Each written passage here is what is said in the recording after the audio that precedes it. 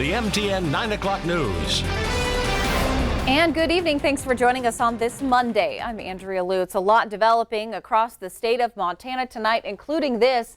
In Butte, some city government positions could be lost so that a city manager could be hired to oversee the mining city. We're going to show you the proposed plan. Plus, even more alcohol seized in an ongoing investigation of the Yellowstone Club and their liquor licenses violations. So we'll bring you the latest. And Gallatin County looking to follow in the footsteps of Lewis and Clark County and put an option on the ballot to make a county election nonpartisan. We're getting to all of that in a moment, but first we are learning more about a high-speed police pursuit through the Mission Valley that landed a man in jail, and more from a woman who thought she almost lost a very precious friend. Tonight, 29-year-old Matthew Van Vallen of Missoula is in jail, and police say he stole a Jeep out of Missoula, led police on a 36-mile chase through Ronan, ending at Evero. Van Vallen faces charges out of both Missoula and Lake County. Well, that stolen car, a Jeep, and a beloved pet sitting in the back seat, a dog who was suddenly on a terrifying road trip. As MTN's Jill Valley tells us, social media and a very determined owner brought this part of the story to a happy conclusion. Your paw? That's a good boy. On Sunday afternoon, Erica Spalding loaded up her beloved black lab Onyx to run a few errands. She stopped by this downtown coffee shop. It was a quick stop, so she kept her Jeep running with the AC on and left Onyx napping inside, something she's done many times before. But when she came back out, the unthinkable.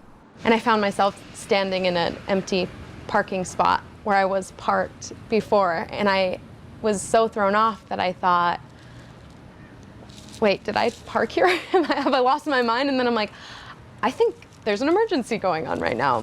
Erica quickly called Missoula police about her stolen Jeep, but her concern was for her pet, Onyx, the dog she'd raised since he was a puppy. To complicate things here, she had just taken off his collar that morning, so if the suspect in the car theft set her dog free somewhere, she might never find him again. So she turned to social media. It was a post shared almost 7,500 times. And since Onyx has his own Instagram page, thousands of people soon learned he was a passenger in a stolen vehicle headed somewhere. And I actually hadn't been on Facebook at the time. I'd been deactivated for a while, but I thought, like, that's the way the message is gonna spread. And when the suspect in the car theft let Onyx out of the Jeep near Ronan, it didn't take long for someone to notice. And she said, when my mom told me, oh, that's the dog from Facebook. That's the dog that's missing. Call out his name. And she yelled his name, and I guess he came running up to her. The woman was very friendly. We tried to offer her like any kind of reward we could or for inconvenience. And she said, my birthday's tomorrow, and this is the best gift that I could have ever received. So I was getting him back to you. The person that did this made a mistake in that they chose a vehicle that had something more precious than gold in it. In Missoula, Jill Valley, MTN News. So as Erica and her family were on their way to Ronan to get Onyx, they actually passed her Jeep racing past her in the opposite direction as it was being pursued by law enforcement. She's also decided to never leave her car running and unlocked ever again. Well, Gallatin County commissioners will decide as soon as this week to put an option on the ballot to make county elections nonpartisan. Several commissioners say the decision could prove simpler for voters on positions like sheriff, clerk, and treasurer. However, political analyst David Parker says it's a bad idea, saying nonpartisan ballots remove valuable information to help the voter. He says historically, also, voter turnout goes down. When you have nonpartisan elections on the ballot with partisan elections, you see what's called ballot roll-off, which means people decide to vote in the partisan elections. They get down in the nonpartisan election, less information. They don't vote. This is a bad idea, and all the research suggests it's a bad idea. So Parker says he plans to testify at the commission meeting. It's at 9 a.m. at the Gallatin County building in Bozeman. So would Butte be better served with a city manager? That's an idea one commissioner is pushing for. MTN's John Amy tells us about an idea to reduce Butte's commission and add that city manager position. Some people in Butte government believe it's time to change the way things are done. It's just time for a review. I mean, we're not prospering the way we should, and it's a good time for a review. Fisher wants the city to restructure its current form of government, which has been in place for the past 40 years, by reducing the number of commissioners and adding a city manager. Missoula, Bozeman, Kalispell, Billings, they all have a city manager, and it seems to work for them, so why not try it? Currently, Butte's chief executive manages the city's many departments.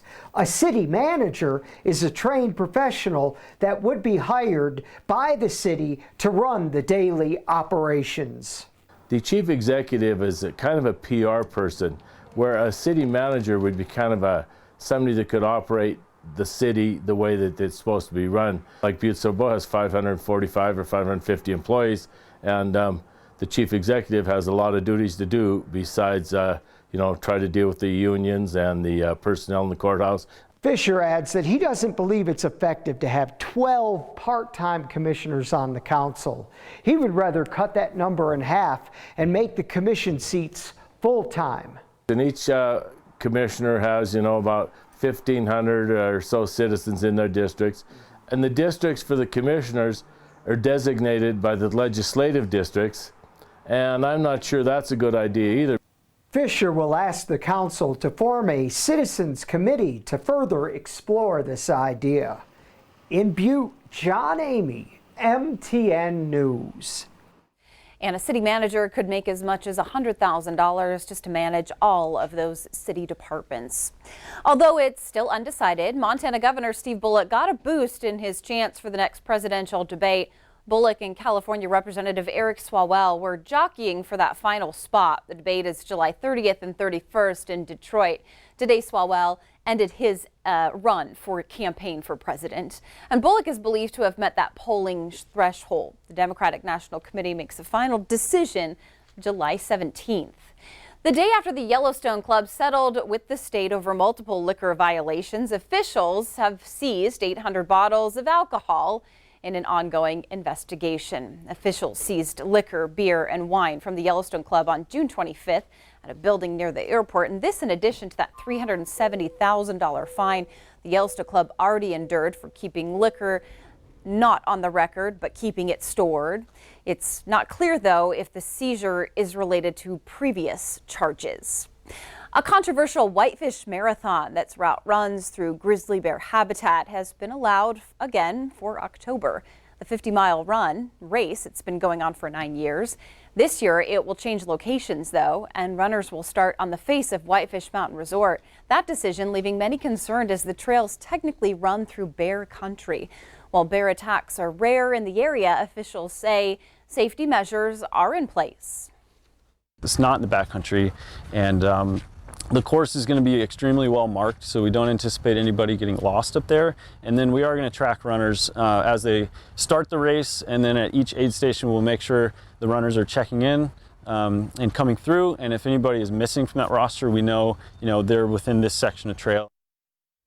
And runners are encouraged to carry bear spray with them throughout the duration of the course.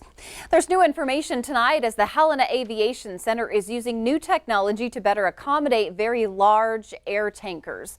The new upgrades are designed to cut the refuel time in half. For the very first time, the center can load multiple large aircraft all at once. Fire officials say this upgrade will benefit wildland firefighting from the tanker base. From 2017, when we were loading the very large air tankers, the DC-10s here, we had approximately 50-minute time frame of loading both fuel and retardant. This will up it to about 20 to 25 minutes, and we can load 2 at a time. The new upgrades will also make the base capable of loading a 747 super tanker. A heads up to visitors going to Glacier National Park, a new road construction project could cause some delays near the area. MDT says chip seal work will be done on a section of Highway 2. Delays could be about 30 to 45 minutes starting tomorrow. Motorists should watch for crews and signs indicating that there are reduced speed limits.